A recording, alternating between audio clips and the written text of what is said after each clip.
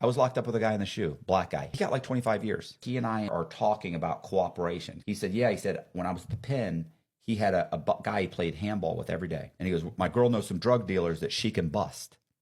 Get me out of here. He said, no, what the are you talking about? He's like, yes, it's called, and he explains to him, it's called Rule 35. Third party cooperation. Right. All of it. She's going to cooperate. She's going to do this. She's going to do that. And he looks at him and he goes, man, I don't want to hear that. I don't want to hear that. I don't want to hear that. He's like, I don't want to know, I don't want to be associated. This guy's talking about snitching and shit. I don't want nothing to do with that. Tells him the whole thing. 3 months go by. The guy tells him, he says, my girl busted them guys. He's like, man, I told you I don't want to hear nothing about that.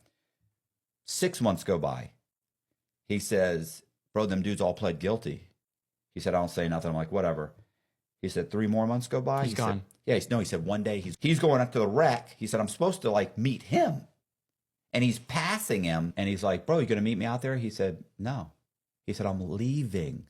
Next day, he's doing his job and sees him with his bags and says to him, he goes, bro, what are you doing? You getting transferred? He goes, I told you I can't do this anymore. I'm leaving.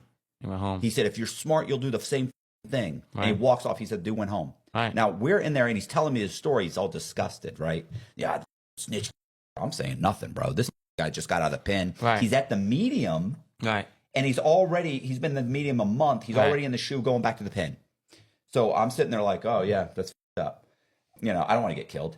So I'm sitting there like, yeah. So he sits there. He's like, yeah, he's going on and on. I said, well, I got a question for you. He said, what? I said, and then he told me, he said, can you believe I told my girl that? And then she told me she knew some. He goes, and she's a dude now. He's a big time drug dealer, blah, blah, blah. But she wants me home. Okay, she got his kid, whatever. He's his baby. It's his baby's mama. And he's on the phone with the kid every couple of days. She lines him up. Yeah. And I said to him, and I'm sitting there going, bro, I said, listen, let me tell you something. I said, do you think your son, when he's wrestling and he looks up in the stands, do you think that when all of his buddies say, hey, there's my mom, there's my dad, there's my cousin, there's my dad, there's my dad, and they say all that stuff.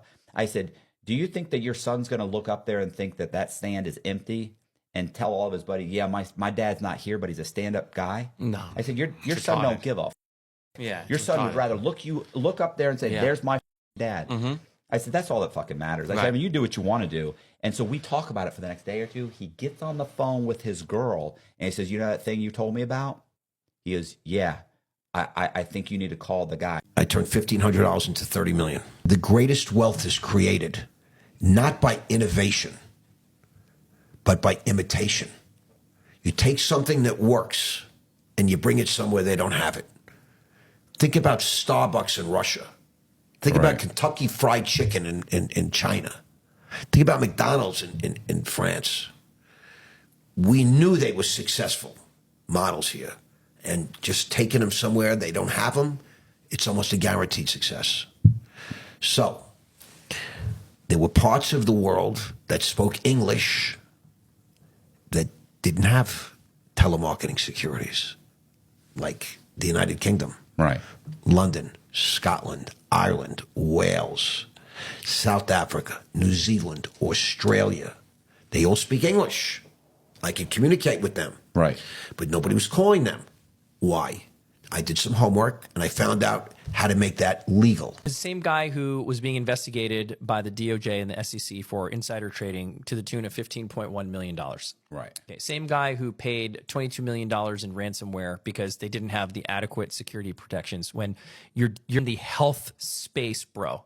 A family sued United Healthcare November of last year, arguing that the company knowingly used artificial intelligence that was faulty. That's where this comes out of. It comes out of litigation, separate litigation, that they knowingly used faulty artificial intelligence to deny claims that were legitimate to increase profitability.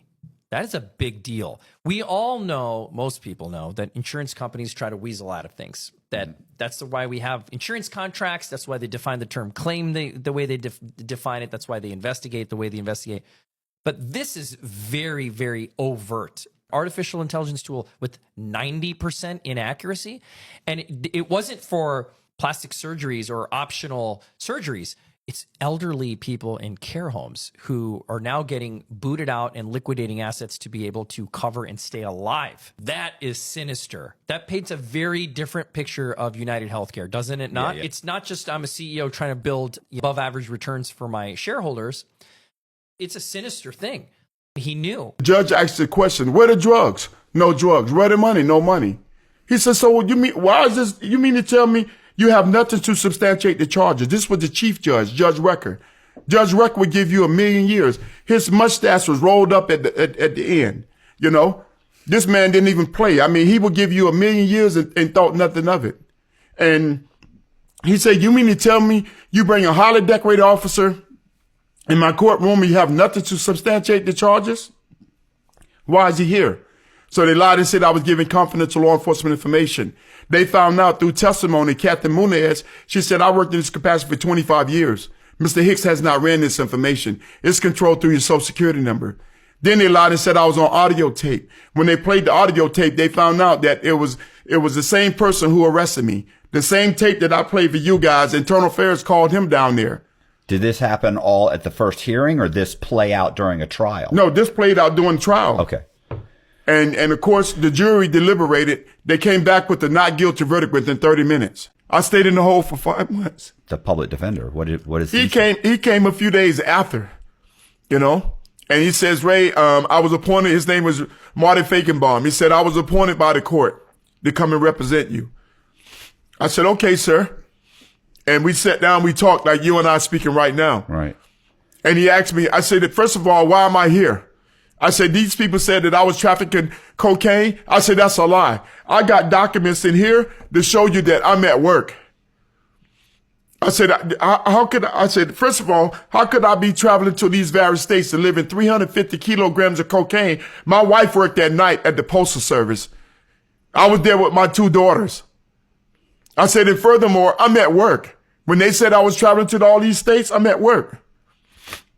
What's amazing to me, Matt, is the fact that the Broward Sheriff Office has a fiduciary duty, Internal Affairs, that if a man or woman commit a crime, they have to call you down there for questioning. They have to give you a garage statement. At no time did they ever ask me, they never asked me if I was associated or affiliated with any type of wrongdoing, anything of that nature. They just showed up at my home.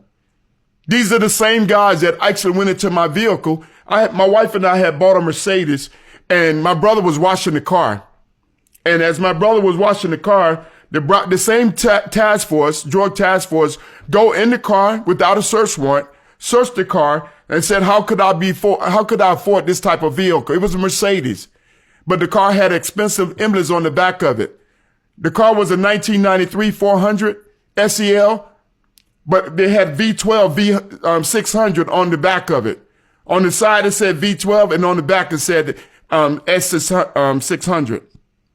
So BSO, these officers that went in the car said, oh, he must have been selling drugs to own this type of automobile. Where's the camera on this car?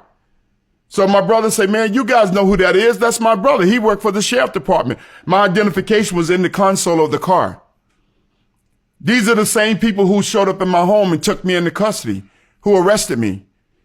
But they're the ones that are crooks, not me. And I told my attorney this, you know, I said, listen, you need to do your homework, man. I said, because and furthermore, I'm not going to take something that I didn't do.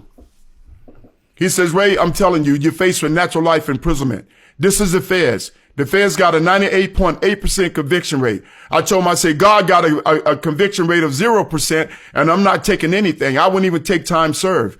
I'm going to trial, man. I'd rather for you to kill me than for you to put me through what you put me and my wife and kids through. I lost everything.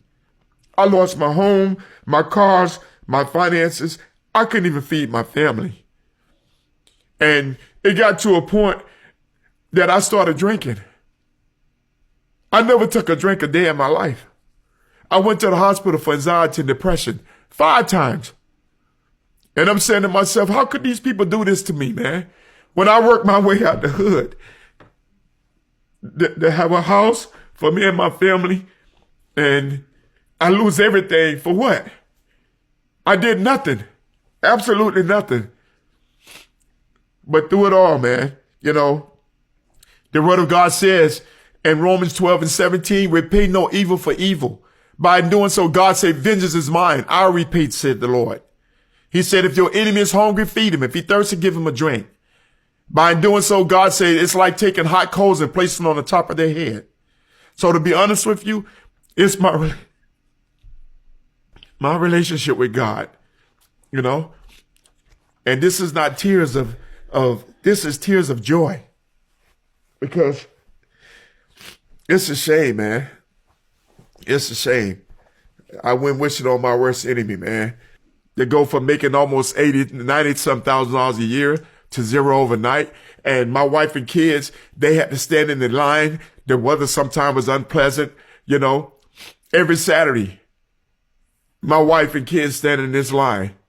Whether it's raining, whether it's cold, you know, she kept the kids and doing cheerleading. They were cheering and they had pins, little ponytails. You know, when they walk through the scanner goes off. They embarrass my kids, making them take out the ponytails and everything else, patting them down and all of this other nonsense.